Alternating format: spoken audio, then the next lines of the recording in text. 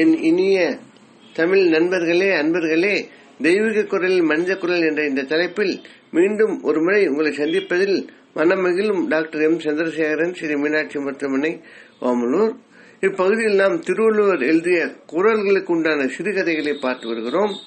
இக்கால மனித வாழ்வில் நடைபெறும் வாழ்வு நிகழ்வுகளை இக்கதைகளின் பொருளாக கொடுத்துள்ளதால் திருவள்ளுவர் கருத்துக்கள் எக்காலம் பொருந்தும் என்பதை நாம் உணரலாம். இக்கருத்துக்கள் குரலை படிப்பதன் மூலம் நாம் அறிய முடியாத இன்றைய வாழ்வு சூழ்நிலைகள் சொல்வதால் அதை நாம் வாழ்க்கையில் சந்திக்கும் சூழ்நிலைகளுக்கு ஏற்ப உபயோகப்படுத்திக் கொள்ள முடியும் என்பது எங்களது நம்பிக்கை. தற்போது அவர் எழுதிய புறங்கூறாமை அதிகாரத்தில் 2ஆம் குறள், இது எண்ணிக்கைப்படி 182ஆம் குறள். குறள் என்னவென்றால், அரணி அல்லவை செய்தலின் தீதே புறணி போயிற்று நகை. இதன் பொருள் என்னவென்றால், அறம் என்பதே இல்லை என அடித்து பேசி பாவத்தை செய்ய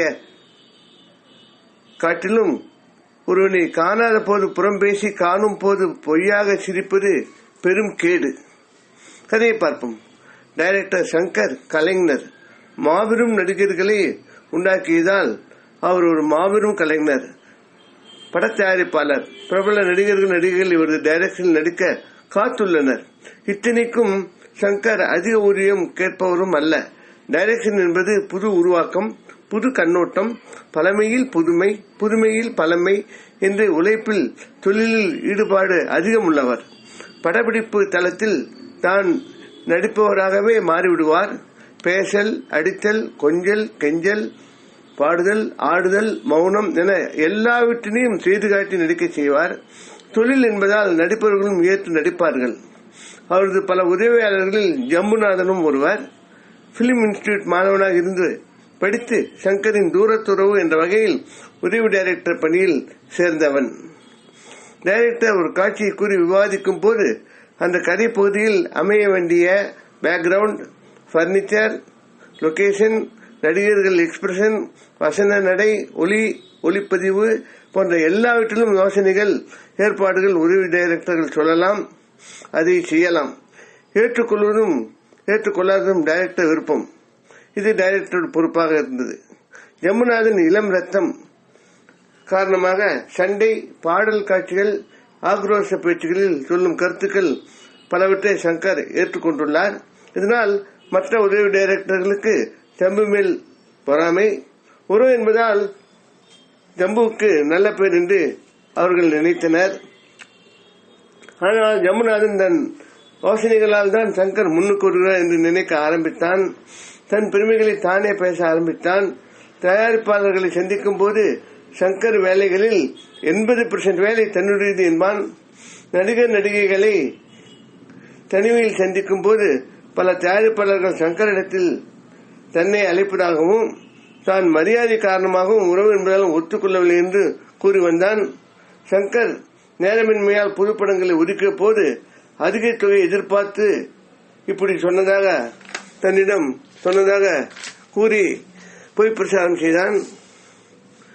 அது தவிர குடும்பம், கணவன் மனைவி உறவு காட்சிகளில் சங்கர் ஈடுபாட்டுடன் செய்வதாக சொல்லி பலமுறை செய்து காட்டுவதாக சொல்லி அனைத்தல் பொருள் செய்வதாக கூறுவான். சங்கருக்கு இவையெல்லாம் தெரியாது. ஜம்புவை பலர் முன்னிலையில் சங்கர் பலமுறை பாராட்டியும் உள்ளார். இதை பார்த்த தயாரிப்பாளர் சிலரிடம் ஜம்பு சங்கருக்கு தர வேண்டிய வாய்ப்பை தந்தால் குறைந்த பட்ஜெட்டில் படம் செய்து தருவதாக கூறி பொறுப்பு ஏற்றான். சங்கர் வாழ்த்தி அனுப்பினார். டைரக்ஷன் மட்டும் இதில் இல்லை. படப்பிடிப்பு, பாடல், வசனம், வெளிப்புற உட்புற காட்சிகள், கலைஞர் தேர்வு, ரசிகர் எதிர்பார்ப்புக்கு ஏற்றவாறு சேர்த்தல், செலவினங்கள் என இதில் பல உள்ளது.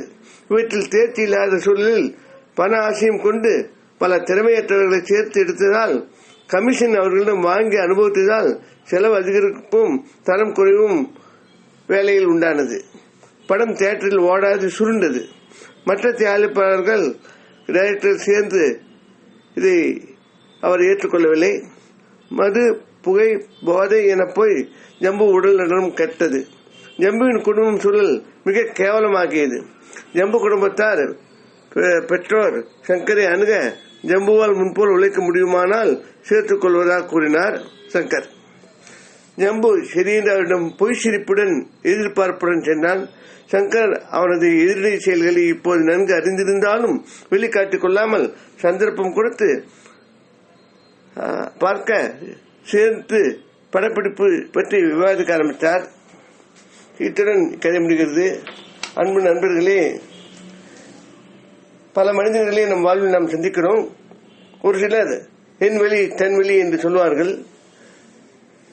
ஆனால் என் வழி தன் வழி என்று சொல்பவர்கள் அதில் நிறைய பேர் பெருமை கூறுபவர்களாக தான் உள்ளார்கள். அவர்கள் ஏதோ ஒரு புதுவிதமாக புரிந்து வாழ்வதாக கூறுவதாக நமக்கு தெரியும். ஆனால் பலர் தம் வாழ்வில் ஈடுபாட்டுடன் தம் செயல்களை செய்வார்கள். அவர்கள் இம்மாதிரி ஒரு பெருமை எடுத்துக் கொள்வதோ இதை மற்றவர்களுக்கு கூறி பயன்கள் பெற்றுக் கொள்வதோ அவர்கள் இல்லை. அவர்களுக்கு எண்ணங்கள் புறாமல் தாம் எடுத்த செயலில் வேலையில் எப்படி சாதிக்கலாம், முன்பை விட எப்படி செய்யலாம், இது எல்லாரால் பாராட்டப்படுமா, எல்லாருக்கும் பலன் கொடுக்குமா என்ற எண்ணங்கள் அவர்களுக்கு இருக்கும். இதனால் அவர்கள் பிறவற்றை சிந்திப்பதில்லை.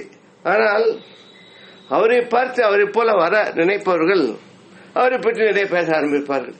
ஏனெனில் ஒருத்தரை மதிப்பு குறைத்து பேசினால்தான் தாம் முன்னேற முடியும் என்ற கருத்துக்கள் உள்ளவர்கள் இந்த மாதிரி மனிதர்கள். இது பொறாமையால் வந்தது என்று சொல்லலாம், வாழ்வு போராட்டம் என்றும் சொல்லலாம். ஆனால் மொத்தத்தில் அவர்களுடைய ஈடுபாடு முதலில் சொன்னவருடைய ஈடுபாடு அளவுக்கு இருக்காது. அவர்கள் எண்ணம் பணத்தில் தான் இருக்கும் வழிய செயலில் இருக்காது. இதை நாம் புரிந்து நாம் பழகுபவர்களிடம் நாம் அதனை சிந்தித்து ஏற்றுக்கொள்ள வேண்டிய சூழ்நிலைகள் உள்ளது. இதனை திருவள்ளுவர் இக்குறளில் வலியுறுத்திக் கொள்கிறார். நாம் இதனை பற்றி சிந்திப்போம். வேறொரு குரலுடன் அதன் கதையுடன் கருத்துடன் உங்களை மீண்டும் சந்திக்க வருமும் டாக்டர் எம் சந்திரசேகரன், ஸ்ரீ மீனாட்சி மருத்துவமனை, ஓமலூர். இக்கதையில் வரும் கருத்தும் கதையும் படங்களும் கற்பனையானவை. அவை எதையும் யாரையும் குறிப்பிடுவன அல்ல. இக்கதையில் வரும் படங்கள் வலைதள தளத்தில் எடுத்தது. அதற்கு எங்களுக்கு மனமான நன்றியை தெரிவித்துக் கொள்கிறோம். இக்கதையினை மற்றவர்களுக்கு அனுப்பி தமிழ் இலக்கிய சேவை செய்து கேட்டுக்கொள்கிறேன். மனங்காரும் முருகன் அருளால் தமிழ் மேலும் வந்து அவரும் நன்கு வாழ்ந்திட வேண்டி விடைபெறுகிறேன். வாழ்க தமிழ், வாழ்க திருவள்ளுவர், வாழ்க திருவள்ளுவர் எண்ணங்களும் செயல்களும். வணக்கம்.